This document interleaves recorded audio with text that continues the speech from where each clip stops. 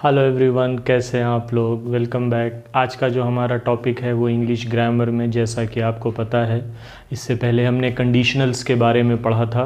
Conditional का मतलब होता है कि शर्त, आपने एक कंडीशन बताई और उस कंडीशन से रिलेटेड जो रिज़ल्ट होगा उसके बारे में हम बात कर रहे हैं, जिसको कि इंग्लिश ग्रामर में हम क्या बोलते हैं, कंडीशनल।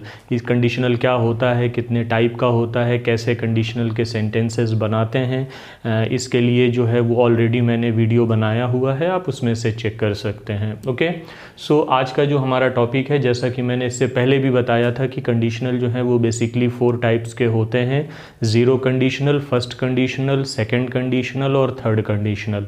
आज का जो हमारा टॉपिक है वो है ज़ीरो कंडीशनल से रिलेटेड कंडीशनल का ही एक टाइप है, जिसको हम बोलते हैं ज़ीरो कंडीशनल। ओके, सो इसी से रिलेटेड आज हम अपनी बात करने वाले हैं और कैसे उसको यूज़ करेंगे, कहाँ पर यूज़ करेंगे, कैसे उसका सेंटेंस बनाएंगे और उसके एग्जांपल्स को चेक करेंगे। Okay, so let's start.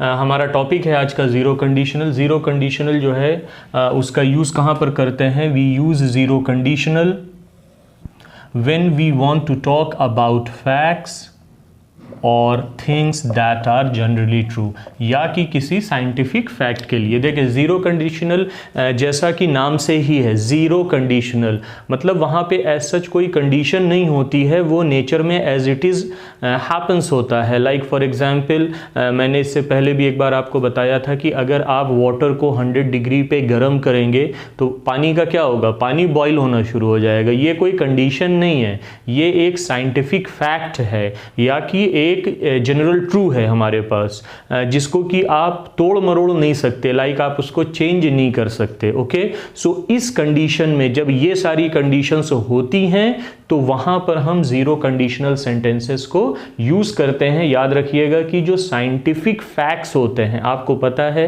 कि जो साइंटिफिक फैक्ट्स होते हैं वो चेंज नहीं होते हैं, वो एज इट इज़ रहते हैं और उनमें कोई बदलाव नहीं होता है। इसलिए वो सारे फैक्ट्स जो हैं वो ज़ीरो कंडीशनल की कैटेगरी में जो है वो आते हैं। ओके, सो अभी आपको पता चला कि ज़ीरो कंडीशनल का यूज़ हम कहाँ करते हैं। ज़ीरो कंडीशनल का यूज़ हम नॉर्मली जो फैक्ट्स होते हैं उनके लिए करते हैं, या कि जो चीज़ें जनरली हमारे पास एज इट इज़ होती हैं, हैपन्स होती हैं, उनके लिए हम यूज़ करते हैं, या कि किसी साइंटिफिक फैक्ट के लिए हम ज़ीरो कंडीशनल का यूज़ करते हैं। ज़ीरो कंडीशनल जैसा कि मैंने अभी बताया, नाम से ही एक्सप्रेस होता है कि यहाँ पर एज सच कोई कंडीशन नहीं है। ज़ीरो मतलब कोई कंडीशन नहीं है, यहां पर वो चीज एज इट इज ही होती है।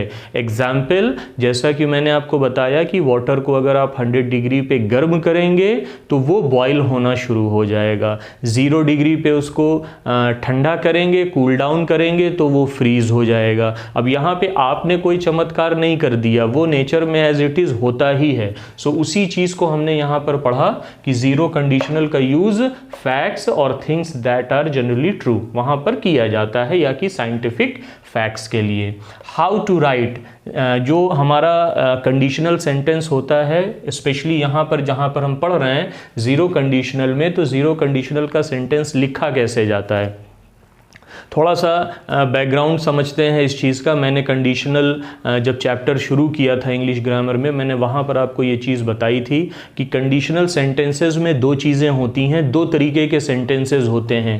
पहला होता है इफ़ क्लॉज और दूसरा होता है उसका consequences. Like for example, if clause जो है वो आपको बताता है कंडीशन के बारे में या शर्त के बारे में, इसको हम कंडीशनल क्लॉज या इफ़ क्लॉज बोलते हैं। और दूसरा जो है वो रिजल्ट के बारे में आपको बताता है, नतीजे के बारे में बताता है कि अगर आपने ये चीज़ की तो उसका रिजल्ट ये होगा। सो कंडीशनल सेंटेंसेस में 2 तरीके के सेंटेंसेस मिल करके एक कंडीशनल सेंटेंस बनाते हैं। पहला इफ़ क्लॉज होता है, दूसरा रिजल्ट क्लॉज होता है।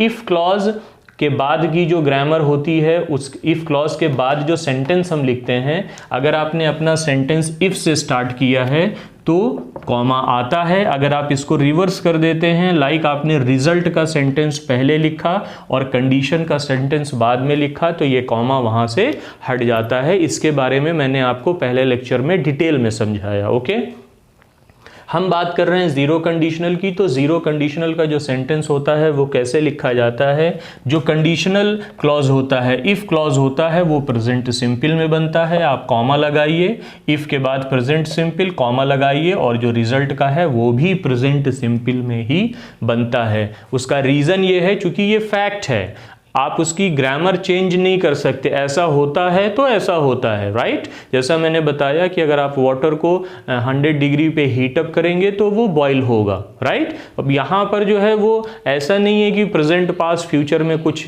तब्दीली हो जाएगी, नहीं। जो चीज़ यहाँ पर हो रही है वो उसी टाइम पे उसका रिजल्ट आपको सेम मिल जाएगा। एग्जाम्पल से समझने की कोशिश करते हैं। फॉर एग्जाम्पल यहाँ पर मैंने लिखे हुए हैं 5 example, 1 2 3 4 and 5, right.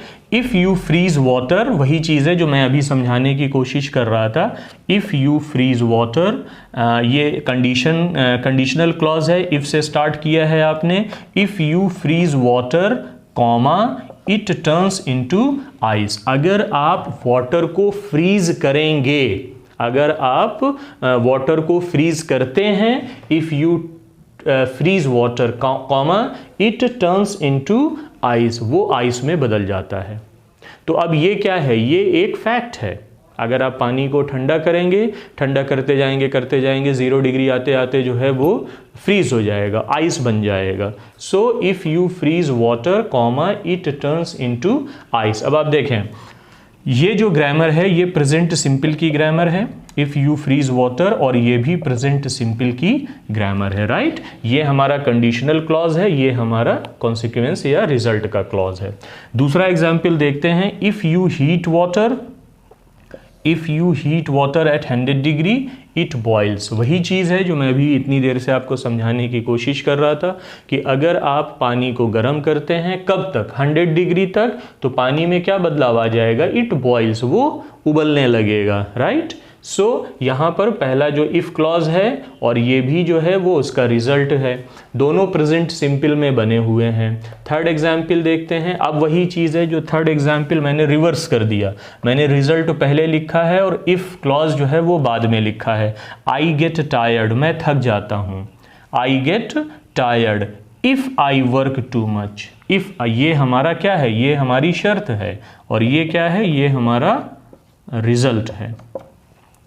I get tired, मैं थक जाता हूँ। कब? जब कि मैं ज़्यादा काम करता हूँ। जब मैं ज़्यादा काम करता हूँ तो मैं थक जाता हूँ। अब यहाँ पर आपको क्या समझने की चीज़ है? कोई भी बंदा दुनिया में जो एक्स्ट्रा वर्क करता है, ज़्यादा एक्सरसाइज करता है, या घर के काम, ऑफिस के काम, किसी भी तरीके का काम आप अपनी लिमिट से ज़्यादा करेंगे तो आप में क्या बदलाव आएगा?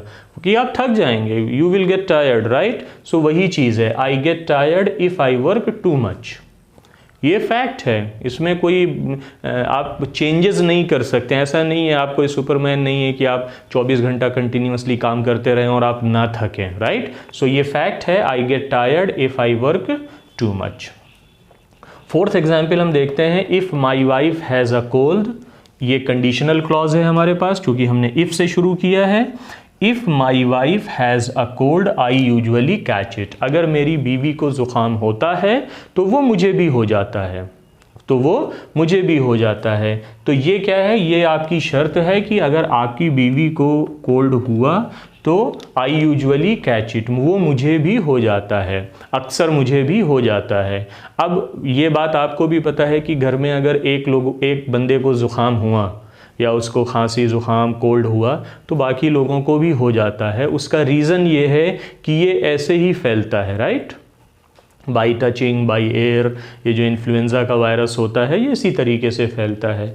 तो अब इसमें कोई बहुत समझने वाली चीज़ नहीं है। हमारे घरों में ये एग्जाम्पल्स मौजूद हैं। ये जो मैंने जितना भी लिखा है ये कोई हाइपोथेटिकली, मतलब ख़याल से मैंने सोच करके नहीं लिखा गैब से कि हाँ भाई ये चीज़ ऐसी बनाते हैं, नहीं। ये सारे के सारे एग्जाम्पल हमारी डेली लाइफ में हैं। आप पानी को ठंडा करें, आइस बन जाएगी। आप पानी को गर्म करें, बॉयल होना शुरू हो जाएगा। आपके घर में किसी को ज़ुकाम होता है तो वो एक एक करके सबको हो जाता है। वही चीज़ लिखी है, if my wife has a cold I usually catch it. तो ये हमारा कंडीशन हो गई, शर्त हो गई, और ये उसका रिजल्ट हो गया।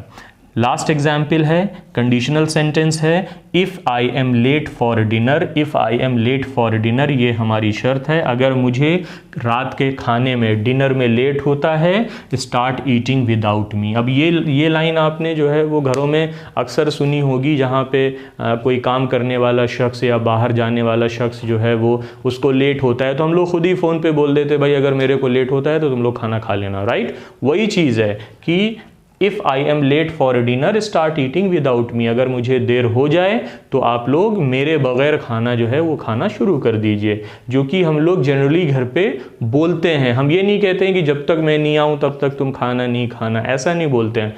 अगर मुझे लेट होता है तो लीव इट, आप अपना खाना जो है वो शुरू करिए, मैं जब आऊँगा तो मैं खा लूँगा।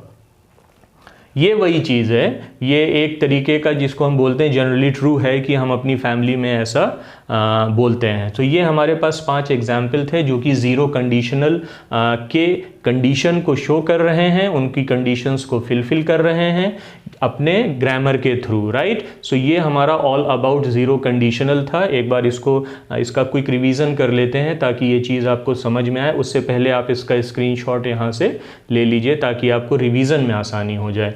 आज का हमारा टॉपिक था कंडीशनल में ज़ीरो कंडीशनल। ज़ीरो कंडीशनल मैंने आपको बताया कि ज़ीरो कंडीशनल सेंटेंसेस में एज सच या इस ग्रामर में एज सच कोई कंडीशन नहीं है, कोई शर्त नहीं है। ये फैक्ट चीज़ें होती हैं। हम जब किसी फैक्ट चीज़ के बारे में, किसी साइंटिफिक फैक्ट में या किसी जनरल ट्रू होता है हमारे पास, उसके बारे में अगर हम बात करना चाहते हैं तो हम ज़ीरो कंडीशनल की बात करते हैं। ज़ीरो कंडीशनल का मतलब ही है कि उसमें कोई शर्त नहीं है, वो चीज़ इट हैपन्स, वो चीज़ होती है, कोई कंडीशन नहीं है।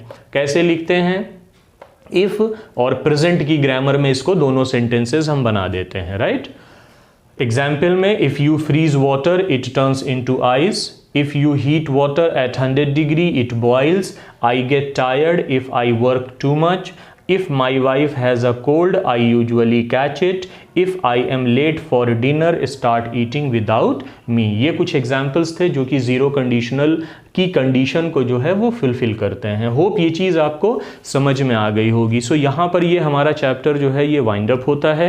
आपको पता है कि हमने जो है वो कंडीशनल की ग्रामर, इंग्लिश ग्रामर में जो कंडीशनल का टॉपिक होता है वो इस पे 1 बाय 1 हमने इसको कंप्लीट किया है, जिसमें कि हमने कंडीशनल क्या होते हैं, कैसे इसको लिखा जाता है, डिफरेंट कैटेगरी में उसके एग्जाम्पल्स चेक किए, कितने टाइप के होते हैं, और उसको एक्सप्लोर किया जो कई ग्रामर में हमने चेक किया, फर्स्ट कंडीशनल, सेकंड कंडीशनल या थर्ड कंडीशनल में, जहाँ पर हमने ये चेक किया कि और कैसे उसको उस पर्टिकुलर कंडीशनल सेंटेंस को मॉडिफाई कर सकते हैं। ओके, सो ये चीज़ यहाँ पर ख़त्म होती है। एज सच इसमें अब कुछ बताने वाला रहा नहीं, और होप कि ये पूरा का पूरा टॉपिक काफ़ी इम्पॉर्टेंट भी है, और अगर आप ध्यान से नहीं समझते हैं, अक्सर बच्चों को इसमें प्रॉब्लम होती है, तो आप इसको ध्यान से समझिए और इस चीज़ को ट्राई करिए कि इसके जो एग्जाम्पल्स हैं या इसकी जो ग्रामर है उसको समझने की। ओके, सो ये चीज़ यहीं पर वाइंड अप करते हैं और मिलते हैं किसी दूसरे टॉपिक को लेकर के